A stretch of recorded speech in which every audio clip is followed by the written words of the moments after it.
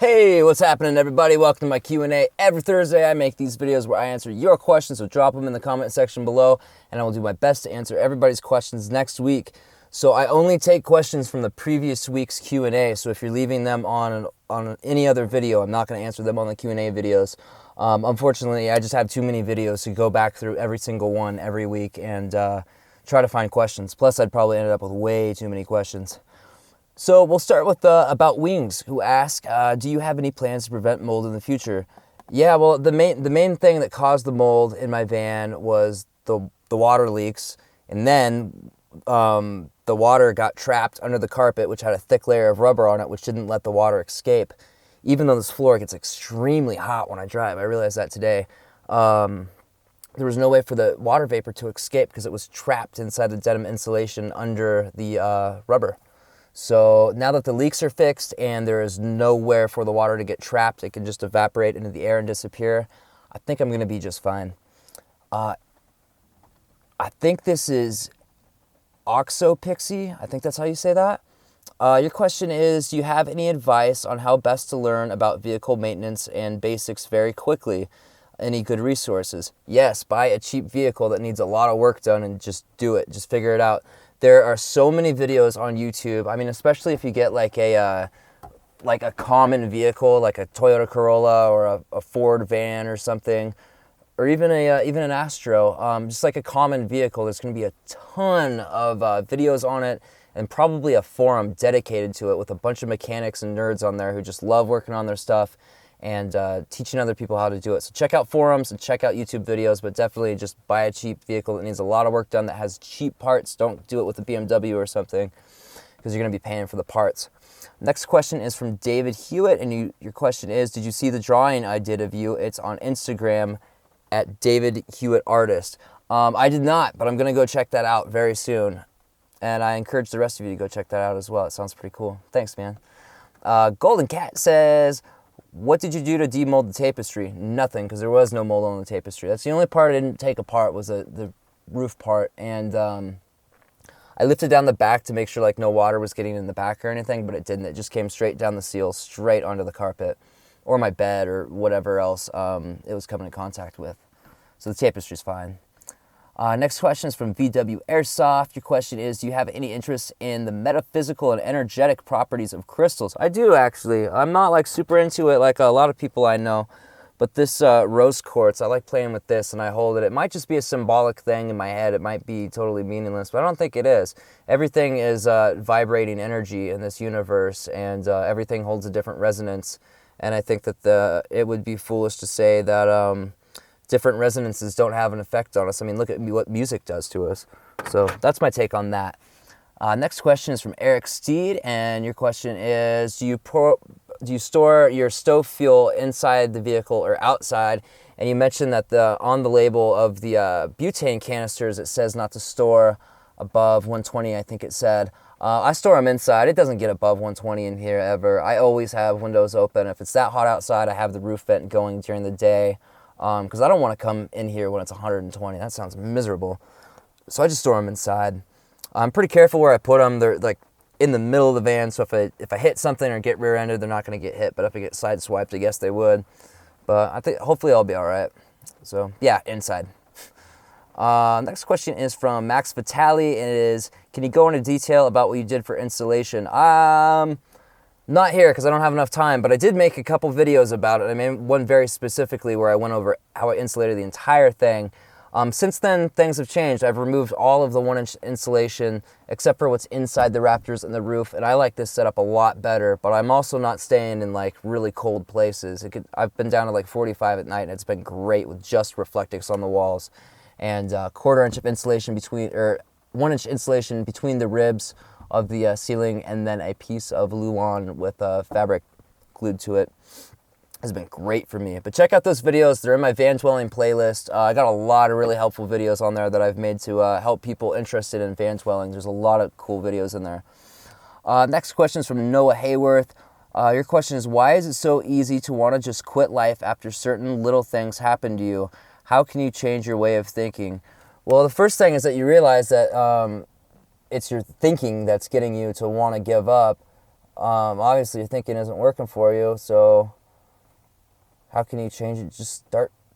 Oh, see, this is hard because I don't know what you mean by little things. Are they actually little things? Is it like if your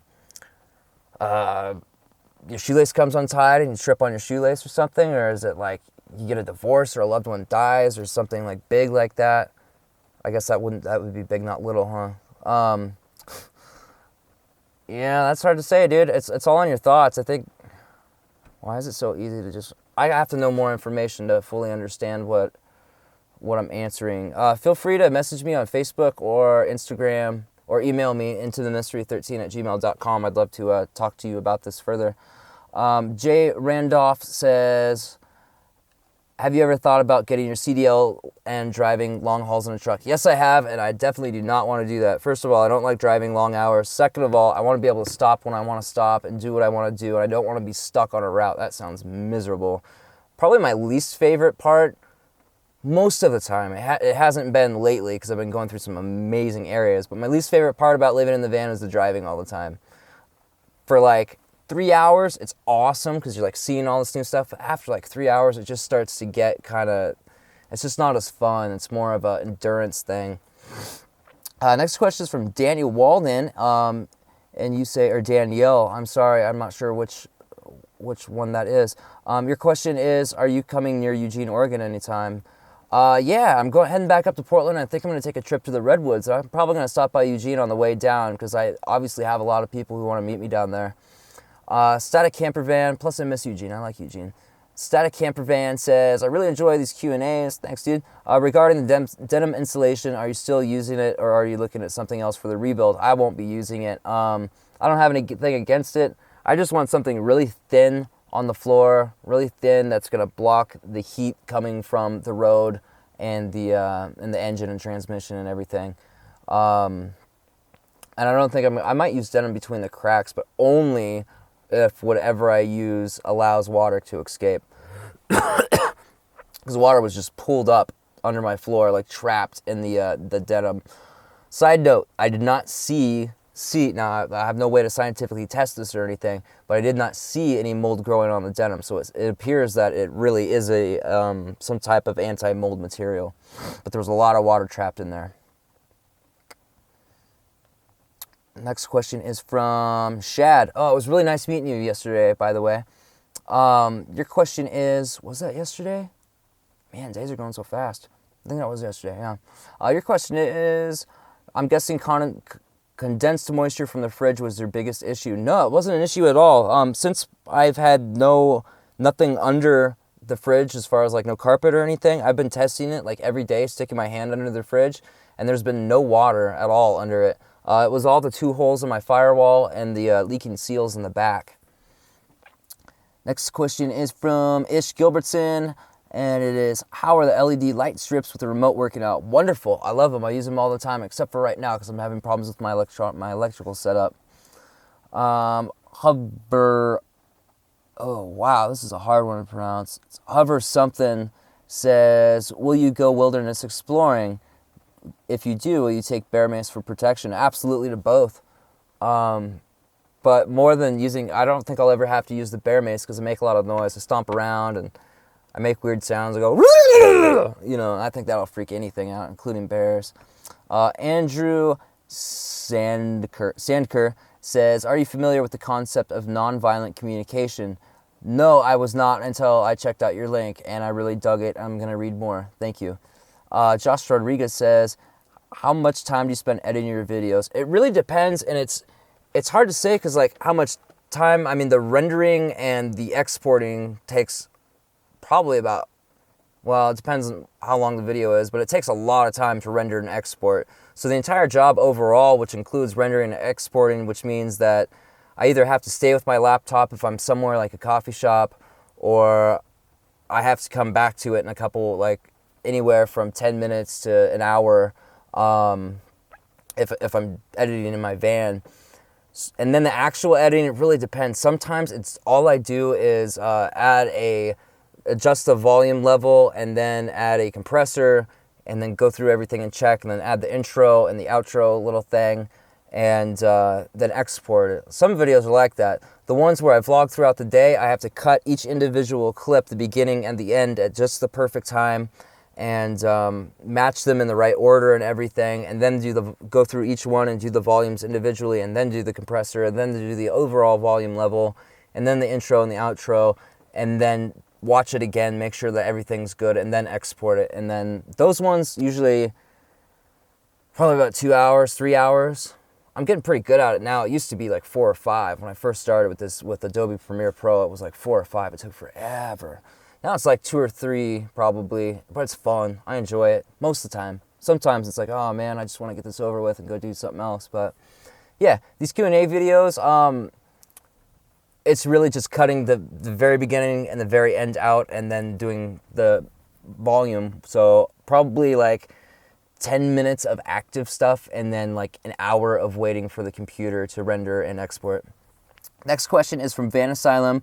Do you use holistic medicines and remedies? Absolutely. I'd love to learn a lot more about this stuff. Luckily, my girl knows a hell of a lot about this stuff. I drink ginger tea a lot. I wish I had some right now. Chamomile tea. I use raw honey. I use apple cider vinegar for stuff. All kinds of stuff. Coconut oil. Yeah. And congrats on your subs, by the way. The Genu 86 or the Genu 8 says, is stealth factor so important that I should look for a van-sized vehicle? And you're talking about getting a box van.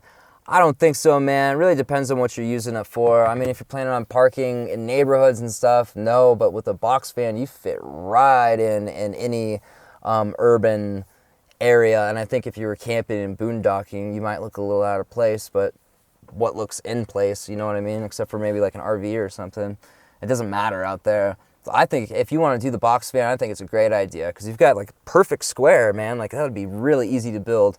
So yeah, go for it. I don't think that that the stealth factor of it should deter you from that at all. I mean, if you start putting windows on the sides and you got a bunch of stuff on top, and it looks like someone's living in it, that might be a little harder to do the stealth thing in. But if you have like a small window on each side that's like totally blacked out and you don't have reflectix in it, I think it should be pretty stealthy, depending on where you park. Lee Wood, glad to see you, says, you're looking and sounding better since the van overhaul. Thanks, dude. Do you think it's got something to do with the fact it's Friday the 13th? Because Friday the 13th is the day I started this trip originally on the motorcycle, and it might have. I like that one. Backwoods 89 says, where are you heading to next? Portland, Oregon. Hot Mass 16 says, did you get a dehumidifier in your van? This will keep you from getting re-sick. No, I did not, because there's nowhere for water to be pulled up, and there's no water leaking into the van, and I don't want to have to power something. Wow, we're down to the last question. Amazing. And 5 minutes to spare. Wow, I blasted through those fast. So the last question comes from Shane. I must have missed one, man. I know I missed one, because there was one. You know what, let me answer Shane's question, then I'll go back and find it, because there was one that was a two-part, there were 2 questions, and I remember that one specifically. Shane says, when people sleep in new environments, only half of their brain actually rests. It's called the first night effect, and I'm wondering if you experience this every night you're parked in a new spot. This is the most interesting question I've ever been asked. I love this question. No, because my environment in here at night, I block off all the windows. I can't see the outside world, so I'm always in my van. My van is my home. Like this is home to me. I don't get that feeling at all, because it's like I said, everything's blocked off. I can't even see outside the van, so it's totally exactly the same every night, which is wonderful for me. So the question, I know there were 2 of them. The one that I missed, I know there's at least one that I missed, and one of the questions was, how did you get out of Florida? Because you were out of money in Florida. And that's a hard... Oh, here it is. Gregory Holzman says, so when you were in Florida, you almost ran out of money. How did you get enough money to make the trip back west? Most of that was... well, which time that I ran out of money? Because there were a couple times. I think you're talking about the time in Naples. And that time it was by selling my TV. Other times, it was waiting for AdSense money to come in. And one time I got a donation. Another time I got a donation of a camera lens, and I used that to do some real estate photography, and that kind of got me out. And the rest was kind of just waiting for the AdSense money from YouTube to come in, and the Patreon, and selling stickers. And your second question is, so if you wanted to run just a battery isolator, what would you need besides the isolator and the spare battery? Do you think a battery isolator would be enough to run a Dometic fridge? You got to watch my battery isolator video if you haven't yet, but depends on how much you drive. And you would also need wiring and fuse. Yeah, ideally a fuse from the alternator to either the battery or the isolator, depending on how you have it wired, and then another one in between the isolator and the auxiliary battery. What else would you need? That's it. Yeah, just wire and fuses, basically. Yeah, watch the video for sure. But yeah, it depends on how much you drive and how big your auxiliary battery is, really. So I think that's it, guys. I hope I didn't miss any other ones. I've had a hell of a time trying to get these questions onto my computer today. It's been quite the hassle. So I hope I didn't miss anybody. If I did, it certainly wasn't on purpose. And drop your question if I did miss it in this week's video, and I will do my best to get you next week. So thank you guys so much for watching. Love yourself. Woo! Love yourself.